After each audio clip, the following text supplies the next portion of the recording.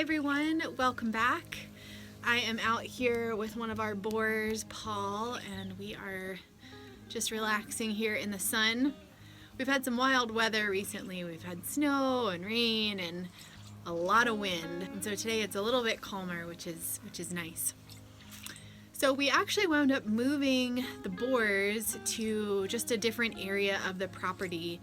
I had mentioned in a previous video that they were kind of beginning to roughhouse a little bit too much. So it kind of started off as just kind of bopping each other and wrestling a little bit, but it was getting to the point where they were starting to have some injuries. So one of Paul's wattles kind of got all mangled and a little bit detached from his face. And then I noticed Waffles had a couple abrasions, pretty minor, but there was definitely blood. And then Paul had a couple more little wounds on his face. So we were hoping they would just kind of work it out and get it out of their system, but it just seemed like being so close to the girls and having them come into stronger heats, the boys were just, they were fine, but I just didn't really want to deal with open wounds and the possibility of infections and all of that. So we have space on our property, so I thought let's just try to move them and see how that goes. And so we moved them a couple weeks ago, and pretty much right away we noticed a change. So there was still a little bit of bopping and pushing around a little bit, but the intensity of that fighting really kind of stopped. So that seemed to do the trick, which is great because I didn't really want them to have open wounds all the time. And so with his wattle, I did actually wind up doing just a little bit of treatment. I grow lots of great herbs on the property and dry them so I can use them throughout the year. And I made a little infusion. What did I use? I used yarrow, self-heal, calendula, and plantain.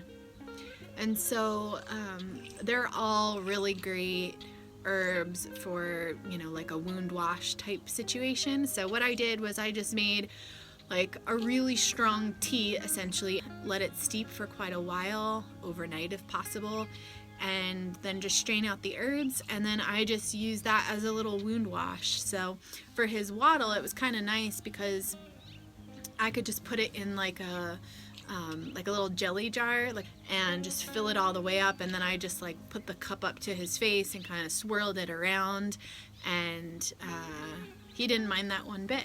I started doing that because we had someone over and she thought she saw maybe some pus starting to develop, but I looked more closely and I didn't think that there was any pus, but I thought, oh, let me just do this wound wash just to prevent any infection and just to clean it out, because their face and their wattles are constantly in the dirt and in their water, and so I thought, let me just clean it out.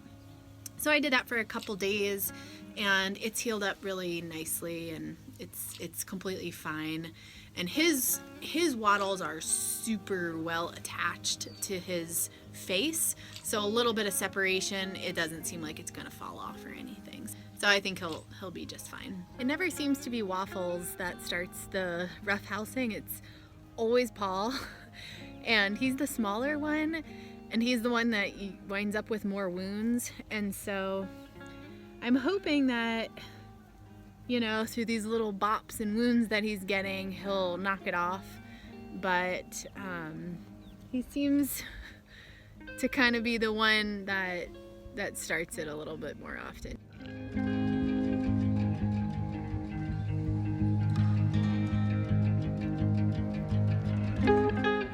So our irrigation water is on now, which is really exciting.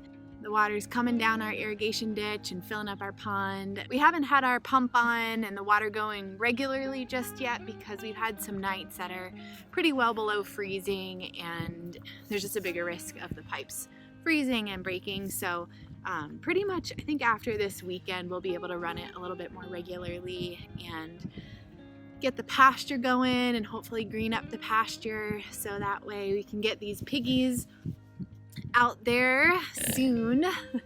I'm sure they are just gonna love getting back onto green grass. We rotate them on the pasture throughout the summer season, and they are such great lawn mowers. They do a really great job of grazing and not destroying the pasture. So really excited to get them back on there, and I'm sure they're excited to get that green grass back as well.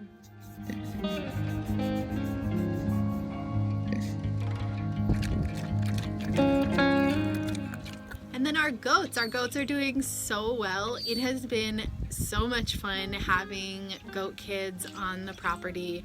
They are so wild and so silly and so much fun, and they get into everything, and we just love it.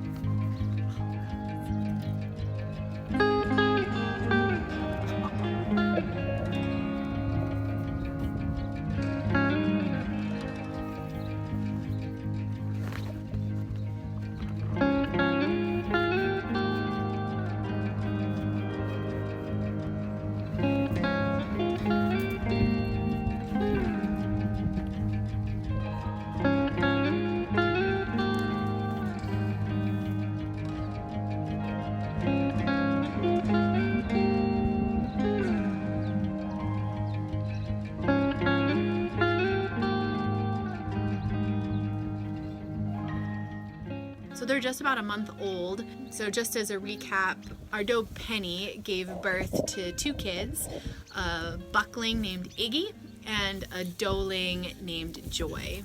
And so we are keeping both of them. Joy will keep and raise up for dairy.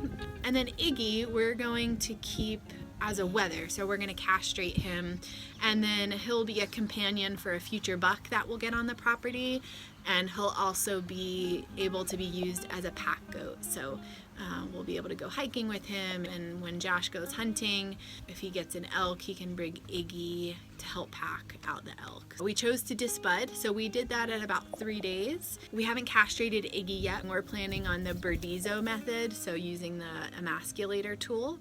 Penny is doing really well. She kind of, lightly bled afterwards for a couple weeks, probably about, 2 or 3 weeks. She was still there was still like a little bit of kind of bloody discharge, mucus kind of situation, but she healed up so well, and she's nursing so well. She's just such a good mom, taking such good care of the kids. She's definitely protective. She is a protective mama, and so she's totally fine with me and Josh picking up the kids and playing with them and everything. But if ever there's a new person, she's just a little more cautious. She snorts at people, and she's just a protective mama, but she's a really, really good mama. And then Candy, our other doe, she was originally bred at the same time Penny was, but she didn't get pregnant that time. So we decided to try again, and we had her in with a buck in February. And so we haven't had any testing done or anything like that, but we're pretty sure she's pregnant. So she will kid kind of like early July time. She's gaining weight, and just in the past week I've noticed she's definitely starting to look like a little bit wider, which is exciting. So this will be her second time kidding. So she had babies last spring. She had triplets. She had 3 bucklings last time. So it'll be really exciting to see her kids this time around and what that looks like, and to see her as a mom. She is so incredibly sweet and friendly. So really hoping to get at least one doeling out of her, so that we can definitely keep that doeling and raise her up here too. So we'll see, but it's just exciting times here. Right, Paul? Yeah.